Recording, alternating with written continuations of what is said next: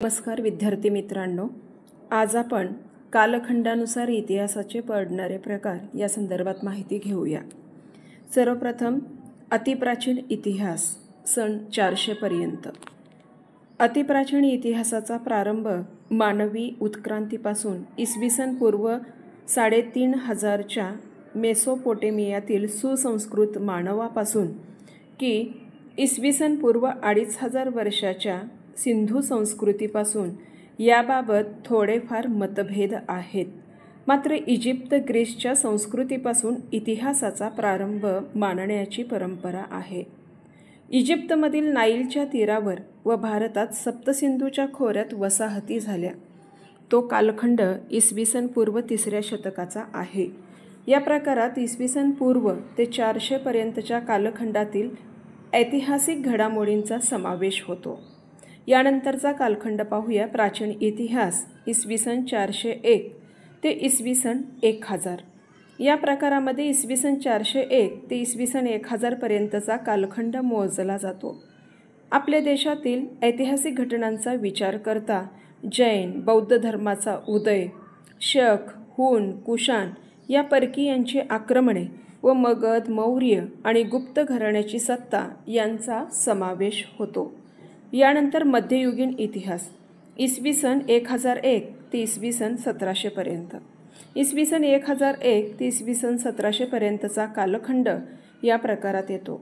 यात गझनीच्या मुहम्मदाच्या स्वाऱ्या, मुघल साम्राज्य, मराठ्यांची सत्ता व इंग्रजी सत्तेची सुरुवात इत्यादी भारताच्या दृष्टीने महत्त्वाच्या घटना घडलेल्या आहेत।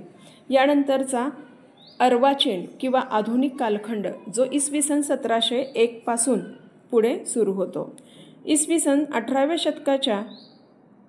शतकामध्ये घडलेल्या व घडत असलेल्या सर्व घटनांचा समावेश अर्वाचीन इतिहासात होतो।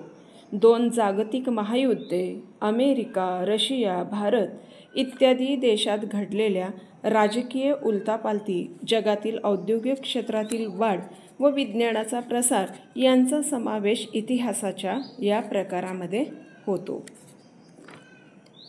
यानंतर इतिहासाचे प्रदेशावरून पडणारे प्रकार या संदर्भात आपण माहिती घेऊया। यामध्ये सर्वप्रथम स्थानिक इतिहास। विशिष्ट भागाच्या अग्रस्थळाच्या इतिहासास स्थानिक इतिहास असे म्हणतात। या प्रकारात विशिष्ट व निवडलेल्या स्थळाच्या अगदी उत्पत्ती सिद्धांतापासून ते आजपर्यंतचा त्या स्थळाचा इतिहास मोडतो। अशा स्थळांचा इतिहास मनोरंजक व बोधप्रद ठरतो। उदाहरणार्थ पुणे, जुन्नर, औंध, सातारा, कोल्हापूर अशा स्थळांचा इतिहास हा स्थानिक इतिहास होय। स्थानिक इतिहास प्राथमिक व माध्यमिक स्तरावर शिकवावा। स्थानिक ऐतिहासिक ठिकाणे, तेथील जुन्या इमारती यांच्याशी मुलांचा परिचय असतो आणि अशा परिचित बाबीपासून शिक्षणाचा प्रारंभ केल्याने ज्ञाताकडून अज्ञाताकडे शिक्षणातील या सूत्राचा अवलंब केल्याने त्यांचे अध्ययन सुकर होते। यानंतर दुसरा प्रकार आहे प्रादेशिक इतिहास।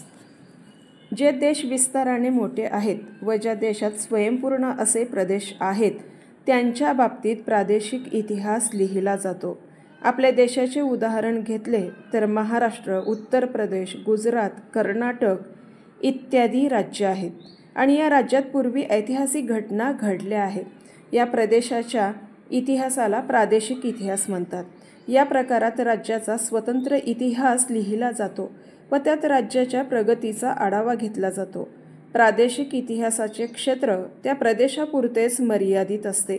मात्र प्रादेशिक इतिहासाला अवास्तव महत्त्व दिल्याने राष्ट्रीय एकात्मतेकडे दुर्लक्ष होण्याची शक्यता संभवते। अभ्यासक्रमात प्रथम सोप्या भाषेत प्रदेशाचा इतिहास द्यावा आणि त्यानंतर त्यावर आधारित राष्ट्रीय इतिहासाची उभारणी करावी। यानंतरचा तिसरा प्रकार आहे राष्ट्रीय इतिहास। विशिष्ट ठिकाणच्या संस्कृतीचा जेव्हा विचार करण्यात येतो त्यावेळी तो राष्ट्रीय इतिहास ठरतो। राष्ट्रीय इतिहास हा राष्ट्रशक्तीचा आणि राष्ट्रभक्तीचा विषय ठरतो व या इतिहासाच्या माध्यमातून राष्ट्राभिमान निर्माण होतो। प्रत्येक देशाचा वेगळा इतिहास लिहिला जातो। त्यात त्या देशात घडलेल्या घटनांचा परामर्श घेतला जातो। उदाहरणार्थ भारताचा इतिहास, इंग्लंड, जपान, जर्मनीचा इतिहास। त्या त्या देशाचे वेगवेगळे संपूर्ण इतिहास म्हणजे राष्ट्रीय इतिहास होय. यानंतरचा शेवटचा प्रकार आहे विश्व इतिहास, ज्याला आपण वर्ल्ड हिस्ट्री असं म्हणतो. विश्व इतिहास म्हणजे जगातील संपूर्ण मानवजातीच्या प्रगतीचा इतिहास होय. आज जगातील सर्व राष्ट्रांचा एकमेकांशी संबंध येत असतो. आजची माहिती तंत्रज्ञानाच्या युगात जग फार जवळ आलेले आहे. त्यामुळे तर विश्व इतिहासाची गरज निर्माण झाली आहे.